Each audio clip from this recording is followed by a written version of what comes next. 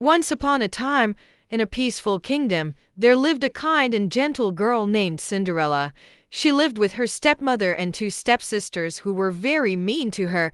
They made her do all the housework, cleaning, cooking, and washing while they did nothing but order her around. Even though her life was hard, Cinderella never complained. She stayed kind and hopeful, and found comfort by talking to birds and mice who became her friends. One day, an announcement was made across the kingdom. The king was hosting a royal ball. Every young lady in the land was invited. The prince was looking for someone to marry. Cinderella was so excited. She dreamed of going to the ball. But when the day came, her stepmother gave her so many chores and tore up the dress she had made. "You? Go to the ball. Don't be silly," they laughed, leaving her behind. Heartbroken, Cinderella sat in the garden and cried. Suddenly, a warm light appeared. It was her fairy godmother. With a kind smile, she said, "Dry your tears, dear child. You shall go to the ball." With a wave of her magic wand, she turned a pumpkin into a golden carriage, mice into horses, and Cinderella's torn dress into a sparkling blue gown. On her feet appeared glass slippers that fit perfectly. "But remember, you must return before midnight. When the clock strikes 12, the magic will disappear," the fairy godmother warned. Cinderella thanked her and rode off to the palace. At the ball, everyone was dazzled by the mysterious girl in the blue gown. The prince couldn't take his eyes off her. He asked her to dance, and together they twirled across the floor. Cinderella felt like she was dreaming. But suddenly, dong, dong, dong, the clock struck 12. Oh no!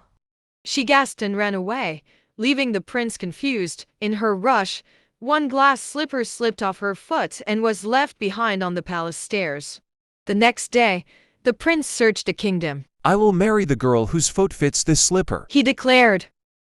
The stepmother tried to hide Cinderella, but the prince insisted every girl must try. The stepsister's feet were too big. Then Cinderella stepped forward. The slipper fit perfectly. The moment the slipper slipped onto Cinderella's foot, a magical glow surrounded her. The prince looked into her eyes and recognized her at once. "You're the girl from the ball," he exclaimed, overjoyed. Cinderella smiled shyly. Yes, Your Highness. I'm sorry I had to leave so suddenly. The stepmother and stepsisters stood frozen in disbelief. "She's just a servant," one sister cried. But the prince shook his head. "No.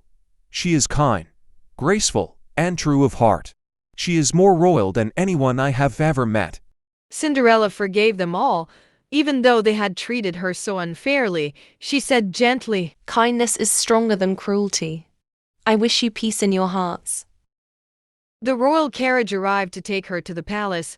The mice and birds waved happily as Cinderella rode away, this time not in secret, but as a guest of honor. A few days later, the entire kingdom gathered to witness the grand royal wedding. Bells rang, flowers bloomed, and the sun shone brightly as Cinderella walked down the aisle in a dazzling gown made of satin and stars. The prince and Cinderella exchanged vows, promising to always love and care for each other. They shared a kiss, and the crowd erupted in cheers and applause. After the wedding, Cinderella didn't forget where she came from.